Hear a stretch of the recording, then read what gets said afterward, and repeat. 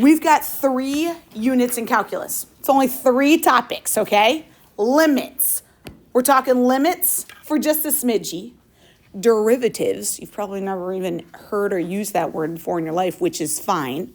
And integrals, which again, you've probably never done. So those are the 3 things we got to talk about in calculus. That's it, okay? AP Calc, 3 topics, done. Limits is going to be our smallest one, and then derivatives will take us through Christmas break. Integrals will take us up to the AP test. Bam, we take the AP test, we move on. Sound good? Easy breezy. With limits, I was just kind of thinking, like, when have we heard about speed limit or limits? It's like if you're limited to a certain number per customer. Any real world examples of limit, when like a limited quantity?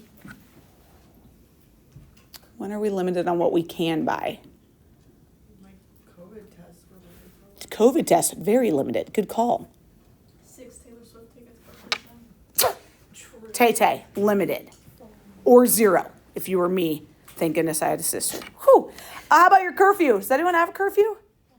What about the Grandview curfew? When are you not supposed to be out past? Midnight? 12, 11? I don't know. Do you guys not know? What if you get pulled over? All right, so let's just act like this. Let's say a dense object falls from rest to falling freely at this speed, feet per second. Feet per t seconds. What is the average speed of that falling rock from 1 to 4 seconds? This is very sciencey if you ask me. How would we find that average speed of that rock falling? And I gave us a little hint, a little change in y over change in x. Any ideas? This is its speed. I want the average speed from 1 to 4 seconds. Any ideas? What do you think? Could I find my speed? What about finding my speed at 4 seconds? If I'm trying to do the change in y over change in x. Change in y is like this, right? Change in y over change in x. So what could I do if f of x is just fancy for y? How could I use that? Let's just put 4 in for t. Let's go find f of 4.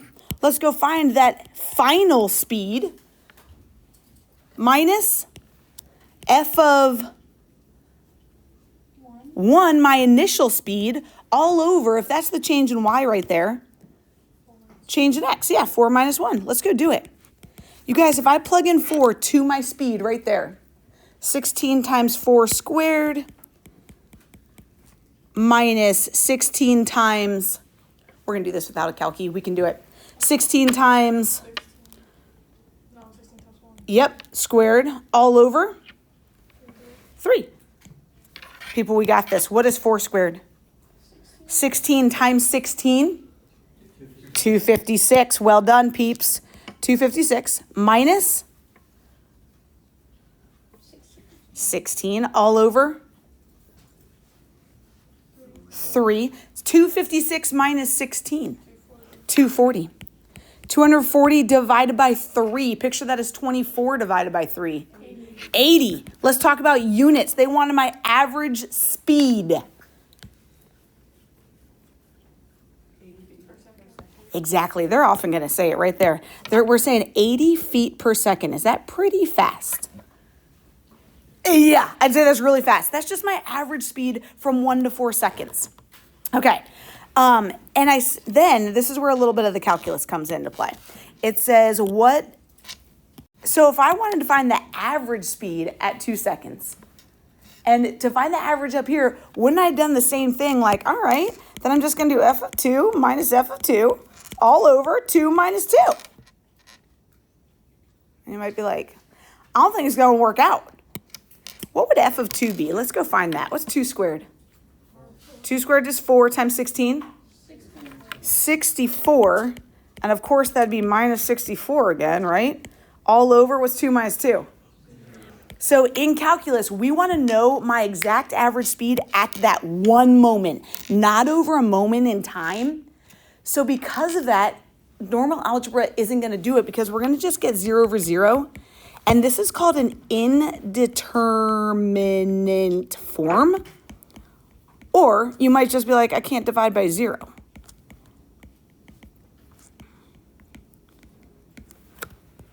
That ain't going to work out.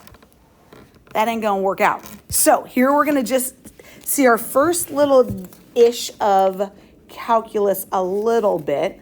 We're just gonna see a smidgy. And bear with me. We are not gonna do this problem. You're like, boom, I totally get limits. This is great. Just bear with me though, okay?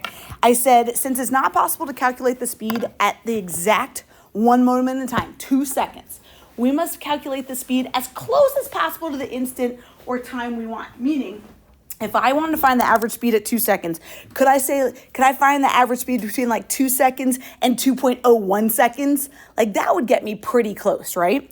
So instead of saying 2.01 seconds, we're gonna just say h is that very small moment in time, the difference between 2 and just a moment right before it or right after it.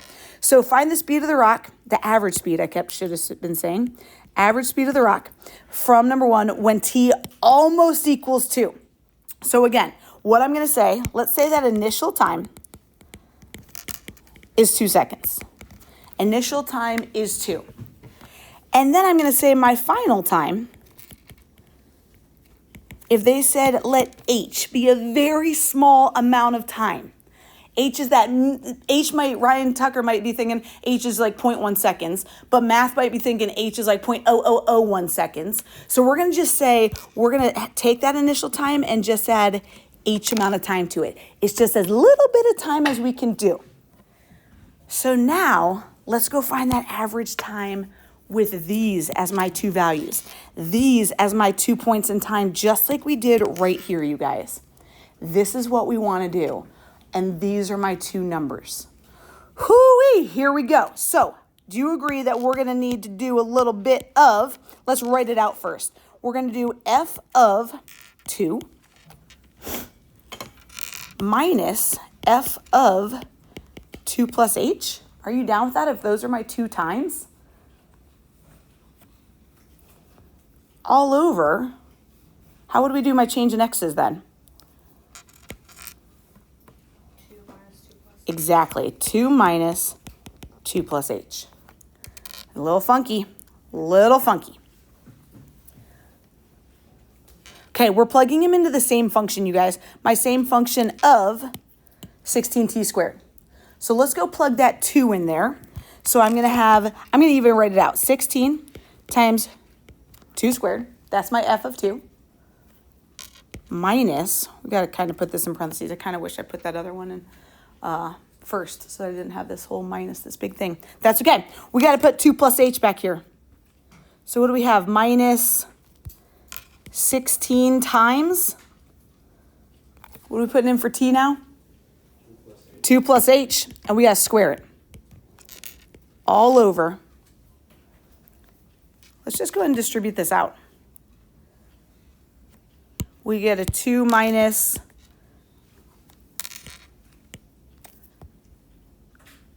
what do we have? 2 minus 2 minus h. Okay, and of course, yes, we will simplify, but figure it's good to just see it.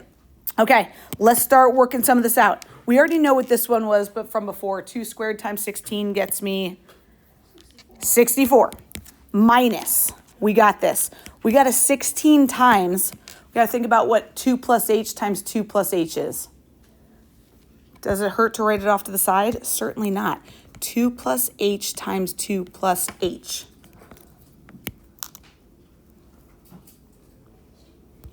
We got 2 times 2. 4 plus 2h plus 2h is 4h plus, love it. Thanks, bud. All over, let's simplify that bottom.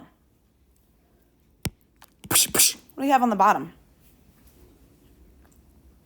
Just a negative h, right? Because my 2 minus 2 cancels out. Whew.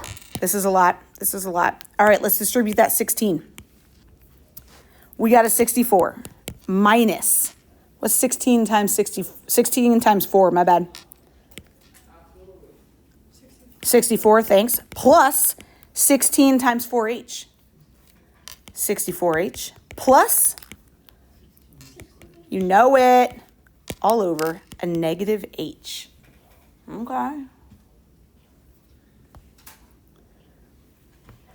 Is anything going to cancel out when I distribute that negative sign?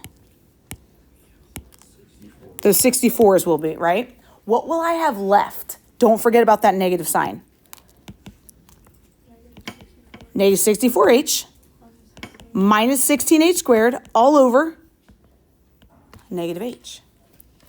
Whew.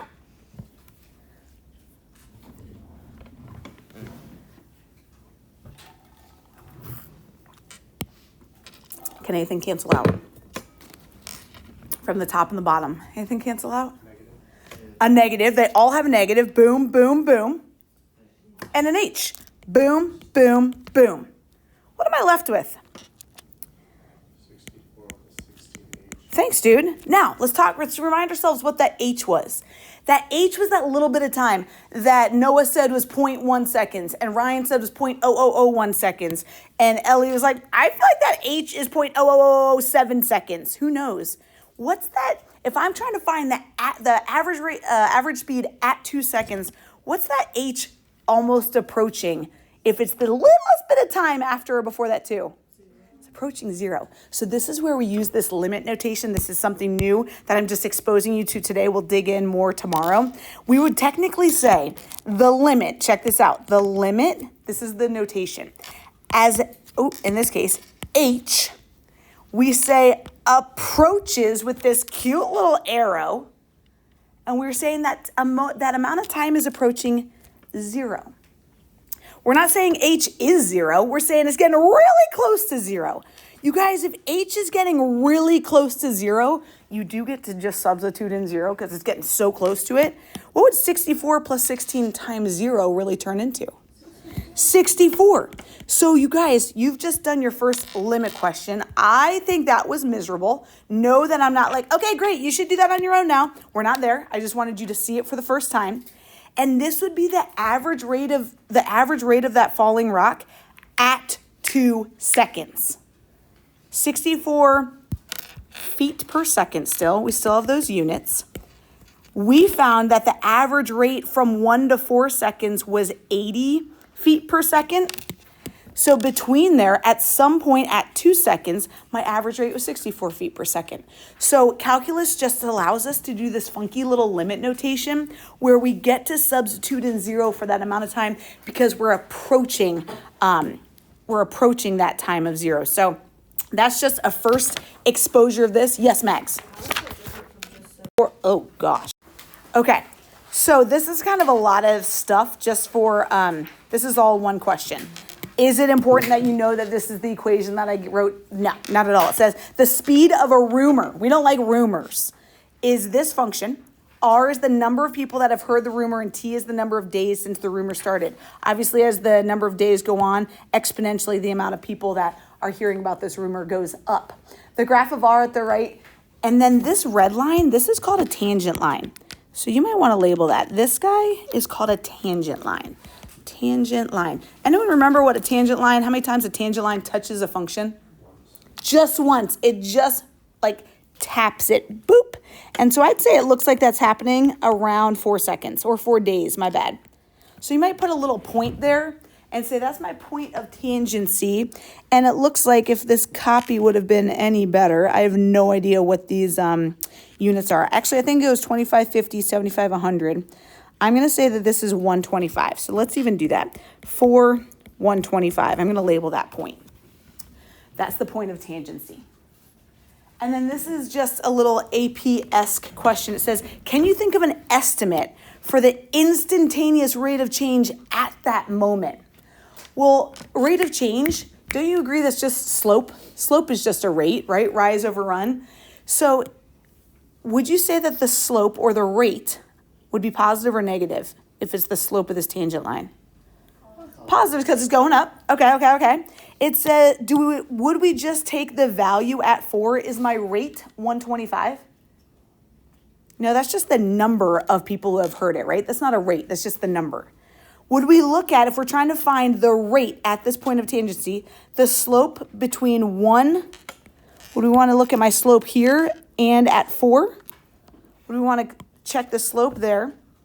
Or I'm sorry, it says the slope of the line joining that point and that point. So we could look at the slope there. or it says the slope of the line joining are of 4 and 8. That'd be somewhere here. Do we want to look at that slope? That's C. And then D says the slope of the line joining 3.8, which I'm going to put in green, is like here, and 4.2. Which slope do you think would be the most accurate? A, B, C, or D?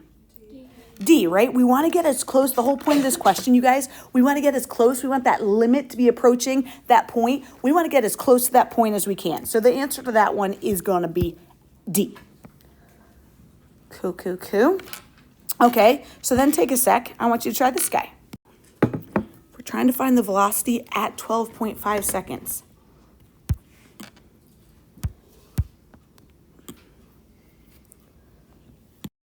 The answer is going to be B, because the 13 and 12 are the closest to that time. Let's flip it. I think 1, 2 is a nice little change from what we've done, because 1, 1, oh, it's just kind of that intro, which I think is a little hard. Now it says, all right, using limit notation, we're looking at these graphs now. So now this is, we're gonna get to use some of that new notation of ours. And this is a great example of how to find a limit in calculus. So let's use some notation. Let's first go name this point. We want this point to be A, what would be that Y value? It would be f of A, but we could name it an actual letter. Let's give it a letter. We want to do T for Taylor Swift. Okay, boom. That Y value is T. So what we would say in calculus terms, the limit as x approaches A, my x values are approaching A because we put A on that x-axis. The limit as x approaches A. What's my function named? F of x. That's what we're going to say. The limit of my function f of x as x approaches A is T. It's saying, where is that function? Where are my fingers headed as they both approach A from both sides? And you're going to say T Taylor Swift. Perfect. Boom. But here's a funky question. What's f of A? What's the value of the function at A?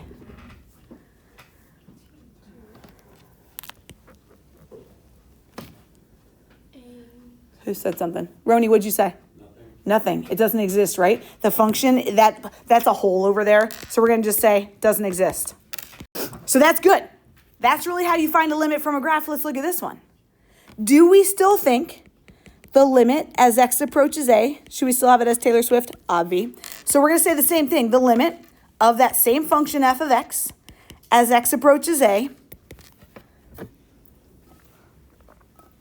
in this case, is what? Where are my fingers coming together to? Taylor Swift? Yeah, still the same thing, you guys. What's the thing that's changing on this one? What is f of A's value here? Is there a value? There is. It's this point up here. When x is A, what do we want to name that point? Let's name it S for Swift. So in this case, f of A is S. The function has a value at A. A limit can still exist when there's no value there. That's fine, because my fingers came to. We're approaching that value. Okay? Last one. Let's go take a peek at this third one. As x approaches A on this guy, we're going to say the limit, the limit as x approaches A of the same function f of x. As I approach from the left and the right, you guys, do my fingers come together? No. Because they do not come together, that limit does not exist. For a limit to exist, my fingers must come together. And maybe you write that. Fingers must come together. If that's what resonates with you. And if they don't come together, boom, does not exist. What about f of A here? Do you think f of A exists? Yeah, what are we going to name that one? T? Taylor. So on this one, what is the value? Look what they're asking here. This is some new notation this year. This is saying S of X is the graph. They didn't label it, but this is S of X. As X approaches 3. You guys, here's 3. As X approaches 3, do my fingers come together at 3? Yes? At what Y value are they coming together? Like, based on those answers? Yeah, at 1.5. And maybe you draw little arrows like, okay, here's 3. I'm approaching 3 from that side and that side. Did they ask you what f of 3 is? They didn't. Would we be able to answer that? Yeah, what is f of 3 in this case? Ish. It's still 1.5. Would my limit have existed if my graph looked like so? F of 3, whole. As x approached 3, did my fingers still come together? Yes, the limit still would have been 1.5. That kind of funky. This is where calculus kind of blows our mind. It does not matter that f of 3 in this case does not exist. The limit still does because your fingers came together at that value 3. Coo. Okay. Would f of 3 not exist then? Yes. Yeah. Let's actually do it let's do a side thing. What about my limit as x approaches 2 right beneath it? Where are my fingers coming together at 2? What y value? Where are my fingers coming together? My fingers are coming together at 2, but to your point, what is s of 2? Yeah, the value at 2 is 1. This is a mind mess up, y'all. This is weird.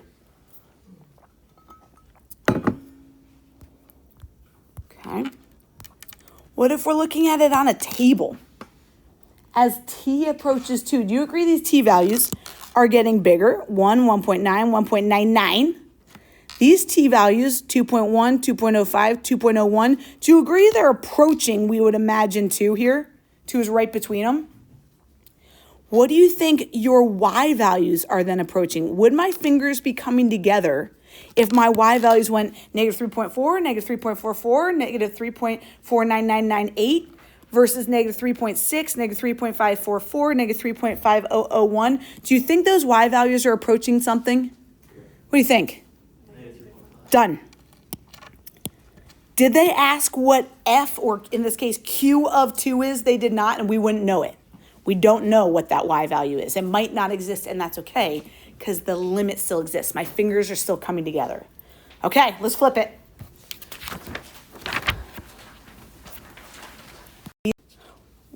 Now let's try this. We're going to kind of put it all together. At a certain x value, 6. We're going to kind of do the problems like this. We're going to do those 4 first, then we're going to do these 4, then we're going to do these 4, okay? Okay.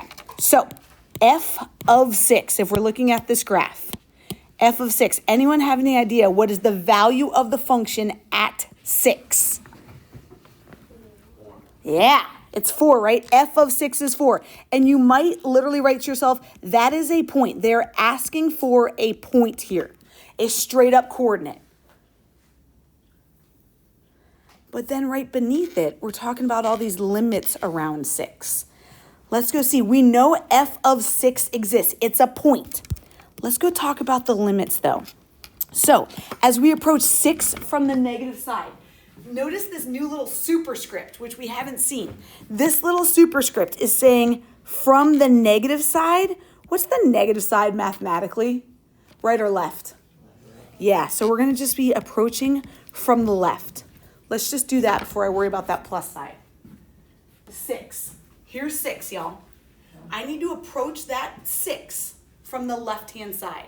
You could start all the way over here and be like, here I'm on the left. Guys, we got to get close to 6, though. And I'm not close to 6, so I'm going to keep coming in. Okay, I'm getting closer to 6. Could you just start there? Sure. From the left, as I approach 6, what's my y value? I've approached 6 from the left. I'm going to stop at 6. What's my y value there? 3. So we'd say the limit as I approach 6 from the left is 3. This one's saying as x approaches 6 from the, from that positive side is from the right. So that just means here's 6. I've got to approach it from the right-hand side. So I'm going to come on in. I'm approaching 6 from the right-hand side. Boom, I've stopped at 6. What's that y value? Still 3, okay.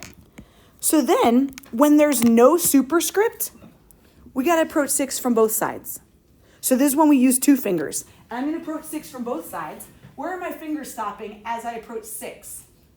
at 3. So this is good to see. The limit from the left, the limit from the right, the same. Therefore, the limit is 3, but just a reminder, the value of the function there was 4. It's different, and that's okay.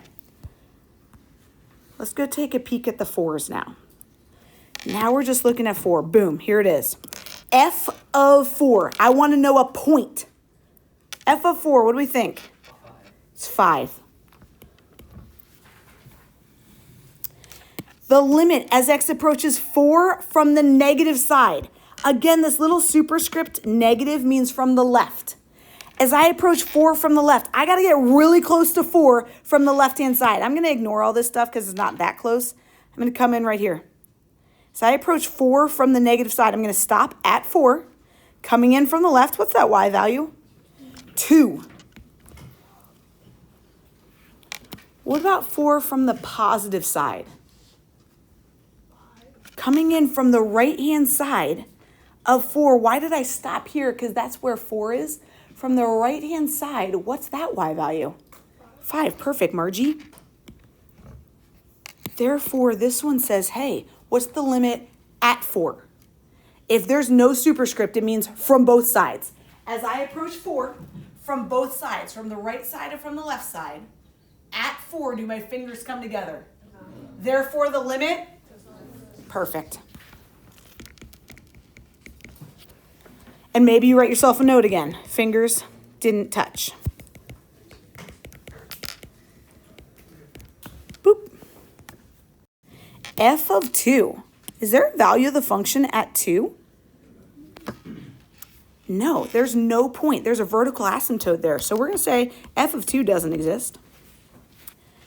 How about as I approach 2 from that negative side or from the left side? Here's 2. From the negative side, where do you think those y values are going? Negative infinity. If Roni writes negative infinity, that's right. If Mila says doesn't exist, that's right as well. Because a limit value, a limit answer has to be a number, and infinity is not a number. AP will accept both. They'll put both. So negative infinity or does not exist. Both of them are great. What about as I approach 2 from the positive side? Yeah, from the positive side, it's going to be 4. Even though f of 2 doesn't exist, my finger still approached 4. How about from both sides then? You guys are so good. As I approach 2 from the left, it's going down. 2 from the right, stopping at 4. My fingers are not together. Therefore, that limit does not exist. Whoa, D-N-E. Here's how this is going to work. You've done a homework packet now. We just started 1-3, okay? We have not gotten through 1-3. What I have for you in the homework packet, separated by topic, 1-1, 1-2. If I were you, I would do those 4 questions. I really did not inundate you. We have 7 minutes. Try those 4 questions. We are going to have little formatives, little quizzes as we go, just little check-ins. Directly just like your homework questions, okay? Just like these notes. So I'm not going to grade your homework. They're good practice to prep you for these weekly little check-ins. So if I were you, I'd start 1-1 and 1-2. Those are 4 questions. I'll put up the answers at the end. And then if you wanted to look at 1-3, you could, but we'll have time to do that tomorrow.